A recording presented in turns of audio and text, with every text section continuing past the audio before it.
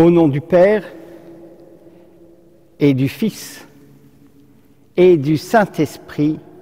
Amen. Le Seigneur soit avec vous et avec votre esprit. Pitié, mon Dieu, tout le jour on m'attaque, on me harcèle, mais je compte sur toi. Ce lundi est un lundi que j'aime bien, parce qu'il y a 3 choses que nous célébrons aujourd'hui. Tout d'abord, nous entrons dans le temps de la Passion, c'est-à-dire ce temps, cette fin de carême où nous nous préparons plus particulièrement à suivre le Christ dans sa Passion. Le deuxième, c'est que ce lundi-là, nous allons lire un texte que j'aime beaucoup, le plus long de tout le lectionnaire, de tous les textes que nous lisons, c'est l'histoire de Suzanne. Si vous ne l'avez pas entendu, eh bien vous allez voir, on va la lire en entier puisqu'on a le temps. Et puis la troisième raison, c'est parce que liturgiquement, c'est l'anniversaire de l'entrée au ciel de Sainte Louise de Marillac, dont les reliques sont ici, puisque elle est décédée donc le 15 mars, et que le 15 mars 1660 était le lundi de la Passion. Voyez. Donc aujourd'hui, eh bien, d'une certaine manière, liturgiquement, nous pouvons penser et nous unir au ciel avec Sainte Louise de Marillac qui a vécu ce temps de la Passion et puis la Passion au ciel avec le Christ. Et nous entrons donc dans cette Eucharistie en reconnaissant humblement que nous sommes pécheurs.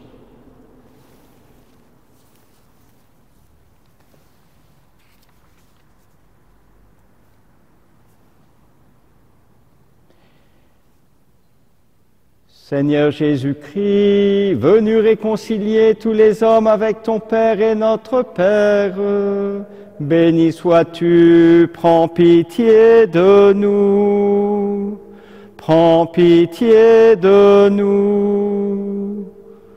Toi, le serviteur fidèle, devenu péché en ce monde, pour que nous soyons justifiés en toi.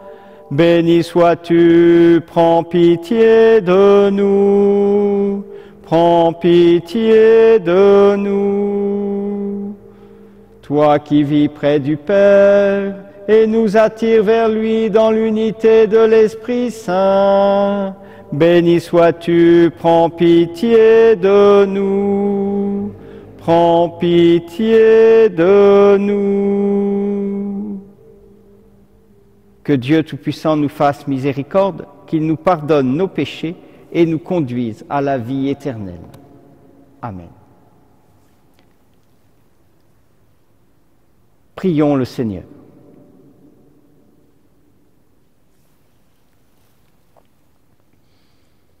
Dieu qui nous comble de bénédictions, par la richesse infinie de ta grâce, fais-nous quitter ce qui ne peut que vieillir. Fais-nous entrer dans ce qui est nouveau, et nous serons préparés à la gloire du royaume par Jésus-Christ ton Fils, notre Seigneur et notre Dieu, qui règne avec toi et le Saint-Esprit maintenant et pour les siècles des siècles. Amen.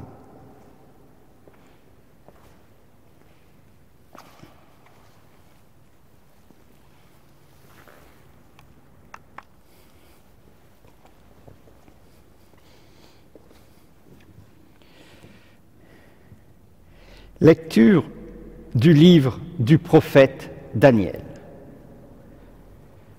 En ces jours-là, il y avait un habitant de Babylone qui se nommait Joachim. Il avait épousé une femme nommée Suzanne, fille d'Helkias. Elle était très belle et craignait le Seigneur. Ses parents étaient des justes, et ils avaient élevé leur fille selon la loi de Moïse. Joachim était très riche et il possédait un jardin auprès de sa maison. Les Juifs affluaient chez lui, car il était le plus illustre d'entre eux. 2 anciens avaient été désignés dans le peuple pour être juges cette année-là. Ils étaient de ceux dont le Seigneur a dit « Le crime est venu de Babylone, par des anciens, par des juges, qui prétendaient guider le peuple. Ils fréquentaient la maison de Joachim, et tous ceux qui avaient des procès venaient les trouver. Lorsque le peuple s'était retiré, vers midi, Suzanne entrait dans le jardin de son mari et s'y promenait. Les 2 anciens la voyaient chaque jour entrer et se promener, et ils se mirent à la désirer. Ils pervertirent leurs pensées, ils détournèrent leurs yeux pour ne plus regarder vers le ciel et ne plus se rappeler ses justes décrets. Ils guettaient le jour favorable, lorsque Suzanne entra, comme la veille et l'avant-veille, accompagnée seulement de 2 jeunes filles. Il faisait très chaud, et elle eut envie de prendre un bain dans le jardin.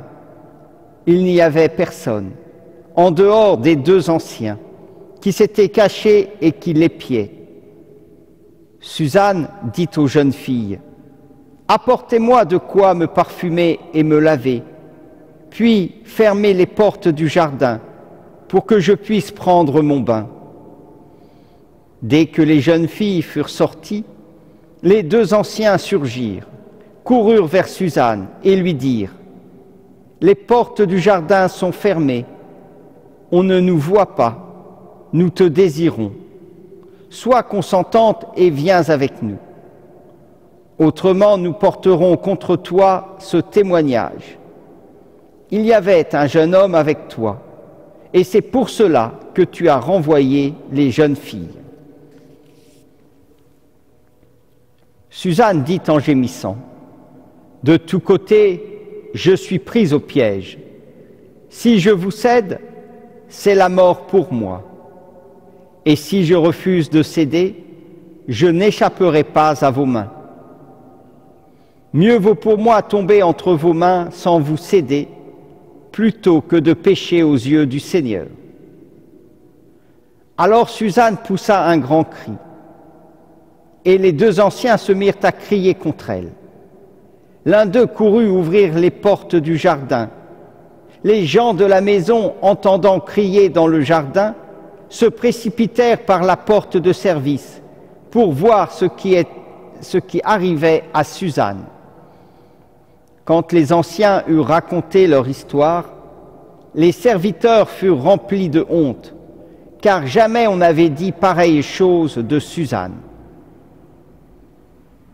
Le lendemain, le peuple se rassembla chez Joachim, son mari.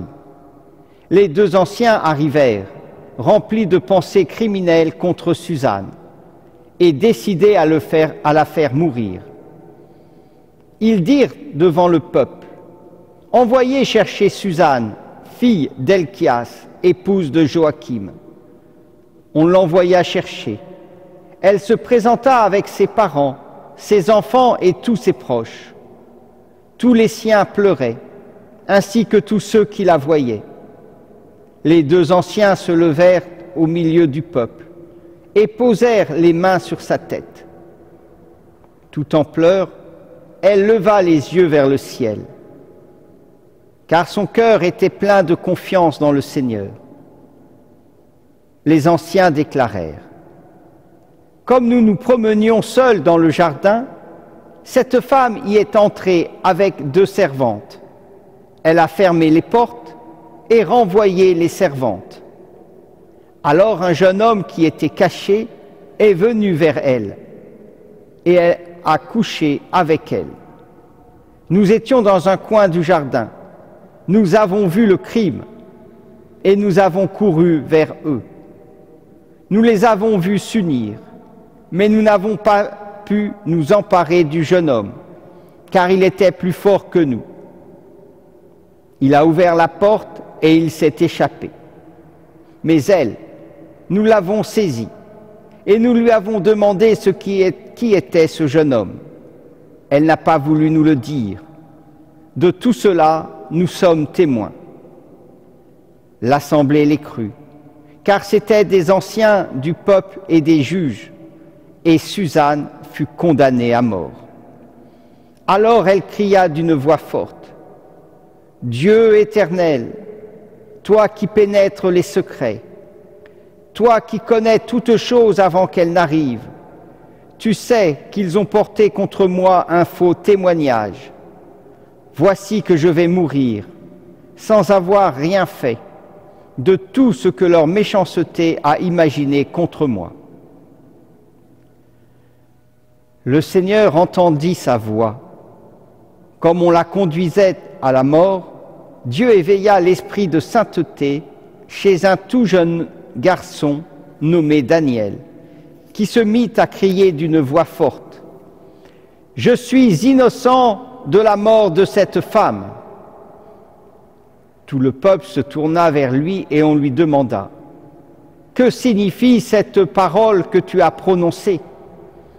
Alors, debout au milieu du peuple, il leur dit: « Fils d'Israël, vous êtes donc fous, sans interrogatoire, sans recherche de la vérité. Vous avez condamné une fille d'Israël. Revenez au tribunal, car ces gens-là ont porté contre elle un faux témoignage. » Tout le peuple revint donc en hâte, et le collège des anciens dit à Daniel: « Viens siéger au milieu de nous et donne-nous des explications, car Dieu a déjà fait de toi un ancien. » Et Daniel leur dit: « Séparez-les bien l'un de l'autre, je vais les interroger. » Quand on les eut séparés, Daniel appela le premier et lui dit: « Toi qui as vieilli dans le mal, tu portes maintenant le poids des péchés que tu as commis autrefois en jugeant injustement. Tu condamnais les innocents et tu acquittais les coupables, alors que le Seigneur a dit: tu ne feras pas mourir l'innocent et le juste.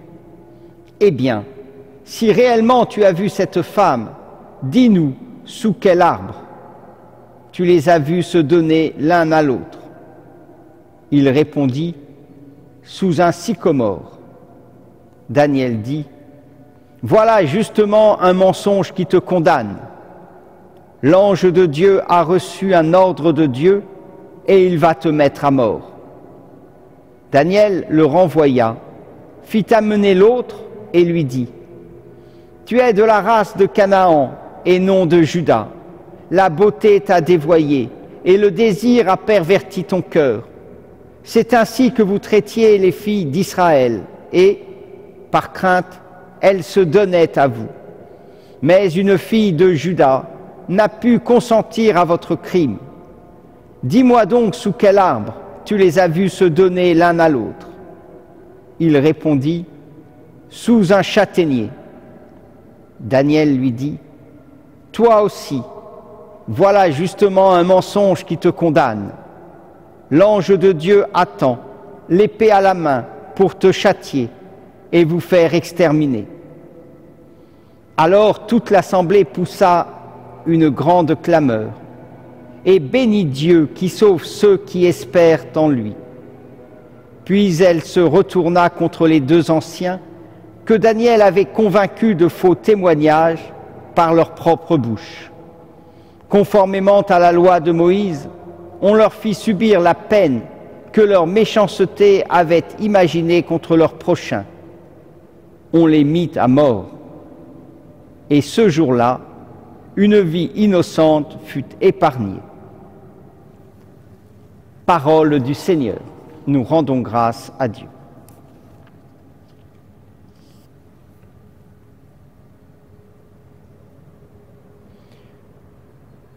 Si je traverse les ravins de la mort, je ne crains aucun mal, car tu es avec moi, Seigneur. Si je traverse les ravins de la mort, je ne crains aucun mal, car tu es avec moi, Seigneur. Le Seigneur est mon berger, je ne manque de rien. Sur des prés d'herbes fraîches, il me fait reposer. Si je traverse les ravins de la mort, je ne crains aucun mal, car tu es avec moi, Seigneur. Il me mène vers les eaux tranquilles et me fait revivre. Il me conduit par le juste chemin, pour l'honneur de son nom. Si je traverse les ravins de la mort, je ne crains aucun mal, car tu es avec moi, Seigneur. Si je traverse les ravins de la mort, je ne crains aucun mal, car tu es avec moi, ton bâton me guide et me rassure. Si je traverse les ravins de la mort, je ne crains aucun mal, car tu es avec moi, Seigneur. Tu prépares la table pour moi devant mes ennemis. Tu répands le parfum sur ma tête, ma coupe est débordante. Si je traverse les ravins de la mort, je ne crains aucun mal, car tu es avec moi, Seigneur. Grâce et bonheur m'accompagnent tous les jours de ma vie. J'habiterai la maison du Seigneur pour la durée de mes jours. Si je traverse les ravins de la mort, je ne crains aucun mal, car tu es avec moi, Seigneur.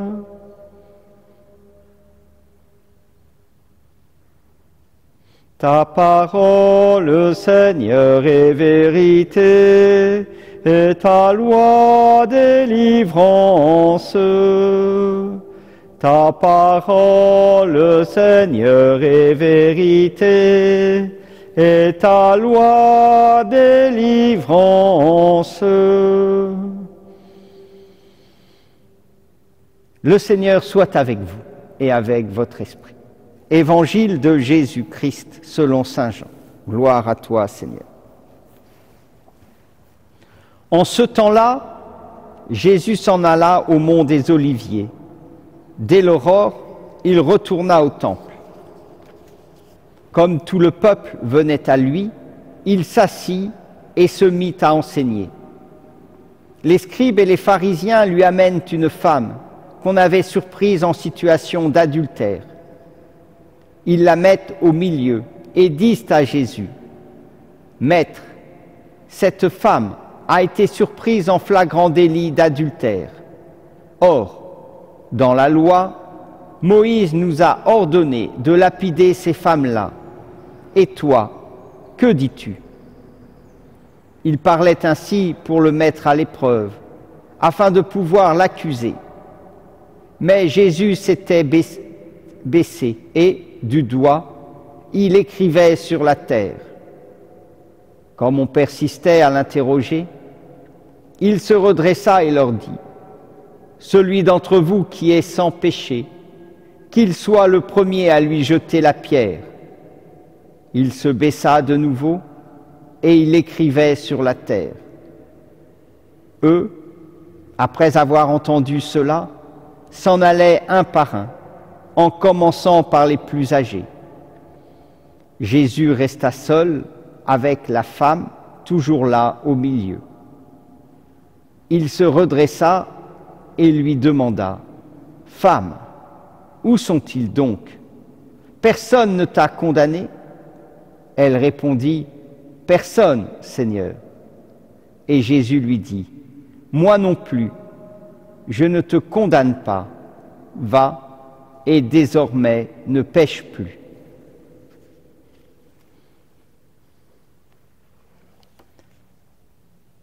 Acclamons la parole de Dieu. Louange à toi, Seigneur Jésus. Dieu ne nous condamne pas. Il n'a pas condamné Suzanne, il a envoyé Daniel pour l'innocenter. Vous voyez, Daniel, l'expert qui fait une reconstitution et démasque le faux témoignage. Et puis Jésus. Lui, Jésus, il est en face d'une femme pris en flagrant délit d'adultère. Remarquez, si elle a été prise en flagrant délit d'adultère, il devrait être deux. Et elle est toute seule. On se demande, où est le mari? Où est l'homme qui a péché? Mais enfin, c'est elle qu'on amène. Et Jésus, eh bien, ne la condamne pas. Il pourrait le faire, mais il ne le fait pas. Qu'est-ce qu'il fait à sa place? Il s'abaisse. Signe d'humilité. Il nous invite à être humbles devant le péché, notre péché, mais aussi le péché, souvent, vous savez, on voit plus facilement le péché des autres que son propre péché. Alors il nous demande d'être humbles par rapport au péché. Et puis il écrit sur le sol, par 2 fois. Moi, ça me fait penser à ces 2 fois où Dieu, de son doigt, a écrit les paroles de vie. Vous savez, une première fois, en haut de la montagne, il les a données à Moïse, et puis, quand il est descendu, le peuple avait fait le veau d'or. Et Moïse, Dieu ne lui avait pas dit, mais Moïse a cassé les tables de la loi. Alors, Moïse est remonté, et Dieu, de nouveau, de son doigt, a écrit ces paroles, ces 10 paroles sur les tables de la loi. Comme pour dire que Dieu ne cesse de nous donner. Et au-delà du pardon, eh bien, il nous redonne la vie. Pour Moïse, c'était la loi. Ici, pour cette femme, c'est sa vie. Il nous redonne la vie qu'il nous avait donnée et que nous avons pervertie par notre péché. Et la question qui se pose, c'est que va faire le peuple de ces nouvelles tables? Il va les mettre dans une arche et comme signe de présence de Dieu. Que va faire cette femme une fois pardonnée? L'Évangile ne le dit pas. Qu'allons-nous faire, nous? Non pas que Dieu nous condamne par le Covid-19, non. Mais il nous invite à reconnaître notre péché. Alors qu'allons-nous faire une fois que la vie sera redevenue normale?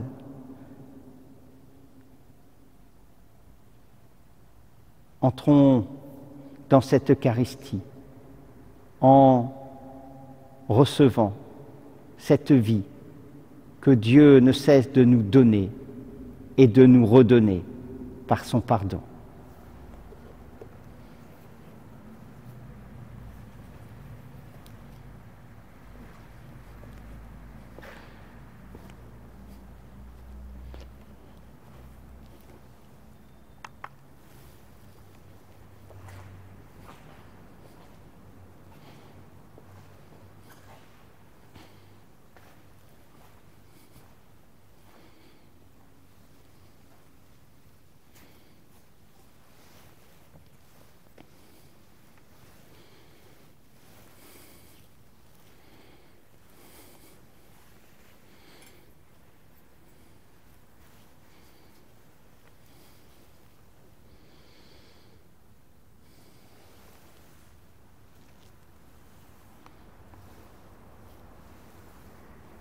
Tu es béni, Dieu de l'univers, toi qui nous donnes ce pain, fruit de la terre et du travail des hommes. Nous te le présentons, et il deviendra le pain de la vie. Béni soit Dieu maintenant et toujours.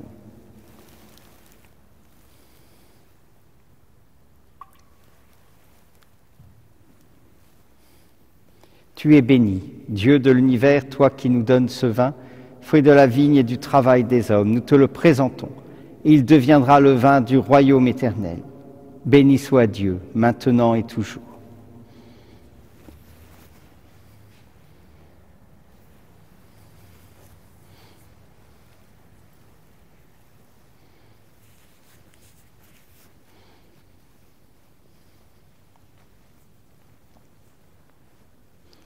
Prions ensemble au moment d'offrir le sacrifice de toute l'Église pour la gloire de Dieu et le salut du monde.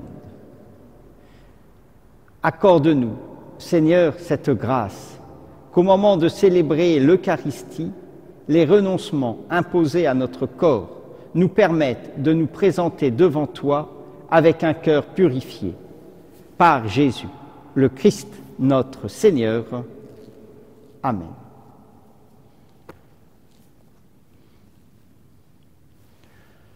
Le Seigneur soit avec vous et avec votre esprit. Élevons notre cœur, nous le tournons vers le Seigneur. Rendons grâce au Seigneur notre Dieu.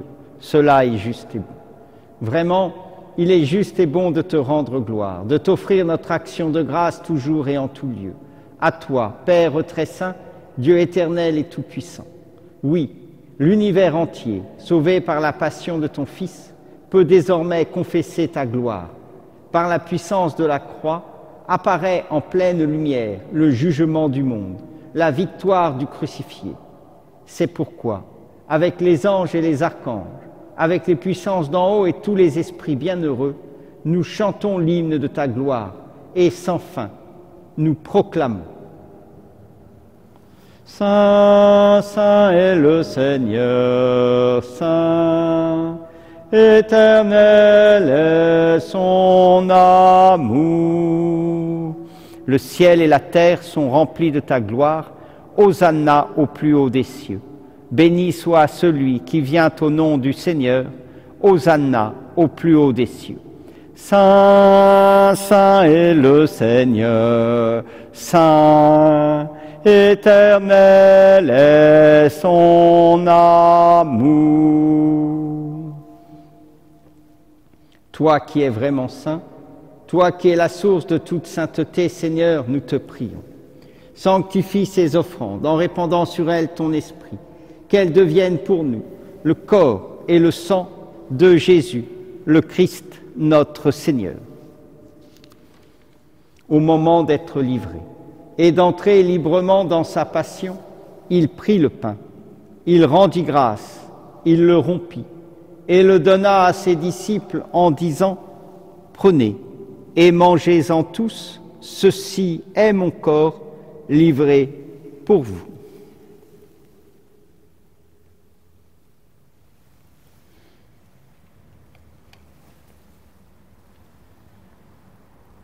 De même, à la fin du repas, il prit la coupe. De nouveau, il rendit grâce et la donna à ses disciples en disant « Prenez et buvez-en tous, car ceci est la coupe de mon sang, le sang de l'alliance nouvelle et éternelle, qui sera versé pour vous et pour la multitude en rémission des péchés. Vous ferez cela en mémoire de moi. »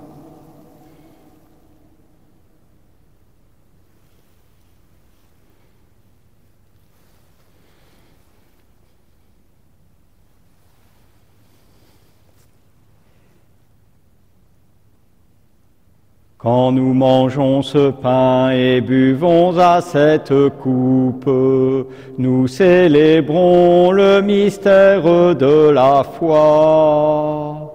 Nous rappelons ta mort, Seigneur ressuscité, et nous attendons que tu viennes.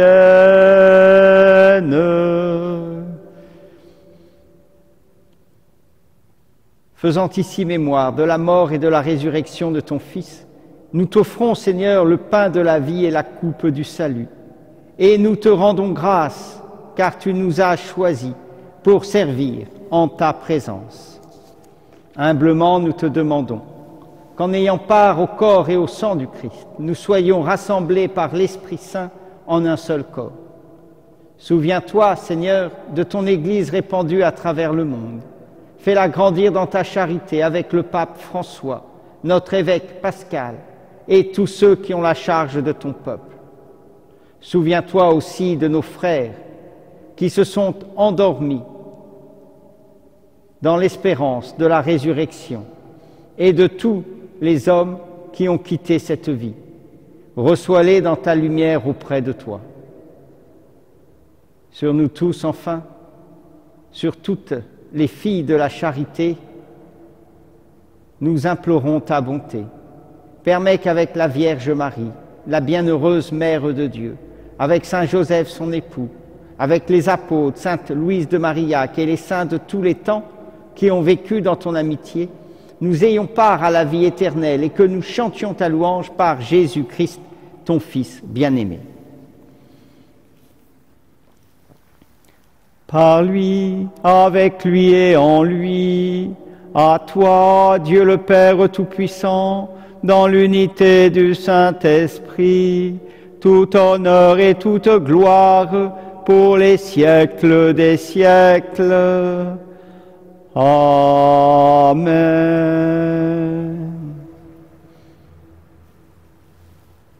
Unis, dans le même esprit, nous pouvons redire en toute confiance la prière que nous avons reçue du Sauveur. Notre Père, qui es aux cieux, que ton nom soit sanctifié, que ton règne vienne, que ta volonté soit faite sur la terre comme au ciel. Donne-nous aujourd'hui notre pain de ce jour. Pardonne-nous nos offenses, comme nous pardonnons aussi à ceux qui nous ont offensés, et ne nous laisse pas entrer en tentation, mais délivre-nous du mal. Délivre-nous de tout mal, Seigneur, et donne la paix à notre temps. Par ta miséricorde, libère-nous du péché. Rassure-nous devant les épreuves en cette vie où nous espérons le bonheur que tu promets et l'avènement de Jésus-Christ, notre Sauveur. Car c'est à toi qu'appartiennent le règne, la puissance et la gloire pour les siècles des siècles. Seigneur Jésus-Christ, tu as dit à tes apôtres, je vous laisse la paix, je vous donne ma paix. Ne regarde pas nos péchés, mais la foi de ton Église. Pour que ta volonté s'accomplisse, donne-lui toujours cette paix et conduis-la vers l'unité parfaite, toi qui règnes pour les siècles des siècles. Amen. Que la paix du Seigneur soit toujours avec vous et avec votre esprit.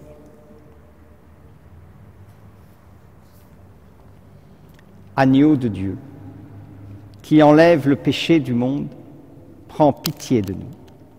Agneau de Dieu, qui enlève le péché du monde, donne-nous la paix.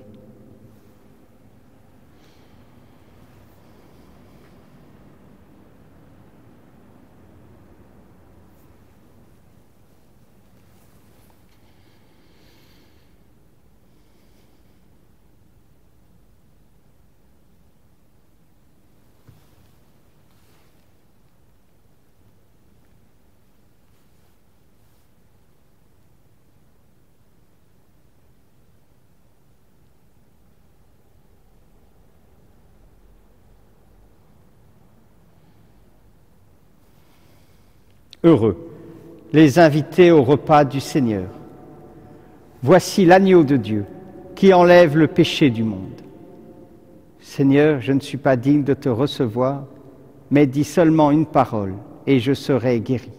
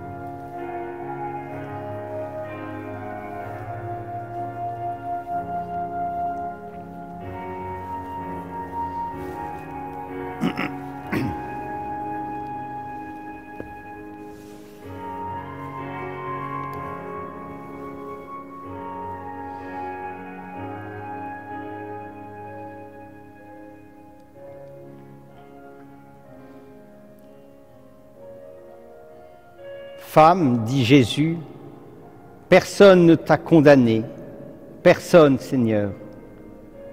Moi non plus, je ne te condamne pas. Va et désormais ne pêche plus.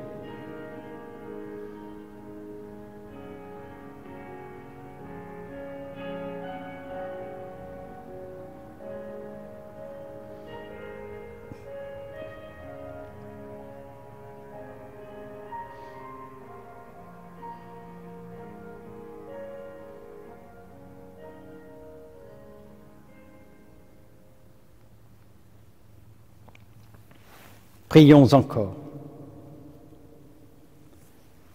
Déjà fortifiés par cette Eucharistie, nous te prions encore, Seigneur, que ta grâce nous purifie de nos penchants mauvais et nous aide à marcher vers toi en suivant joyeusement le Christ, lui qui règne pour les siècles des siècles. Amen.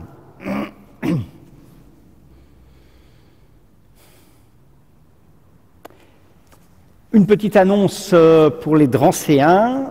Vous n'avez pas à sortir le 1er avril pour changer votre voiture de place si vous êtes garé sur une rue où le stationnement est alterné. Et normalement, le 1er avril, on change, et là, on ne change pas, et on reste comme ça, y compris le 15 avril. Voilà, c'est Madame le maire qui nous a envoyé un message pour le transmettre autour de nous. Voilà, ça c'est la première chose. Et puis la deuxième chose, c'est que mercredi matin, la messe sera célébrée en l'honneur de Paul Beaujour. Donc ce sera vers 10h30 et je mettrai la messe en première. Voilà, le direct différé. À midi. Voilà. Donc vous pourrez suivre les obsèques et la messe qui suit à midi. Voilà. Je vous souhaite une bonne journée de confinement. Prenez bien soin de vous. Ne sortez pas si vous n'en avez pas le besoin. Et puis soutenons-nous les uns les autres dans la prière et puis aussi dans la solidarité, si jamais nous avons des besoins. Et puis nous allons terminer en chantant Marie avec Sainte Louise, bien sûr. Voilà, puisque c'est un petit peu sa fête aujourd'hui. Le Seigneur soit avec vous et avec votre esprit. Que Dieu Tout-Puissant vous bénisse, le Père, le Fils et le Saint-Esprit. Amen. Allez dans la paix du Christ, nous rendons grâce à Dieu.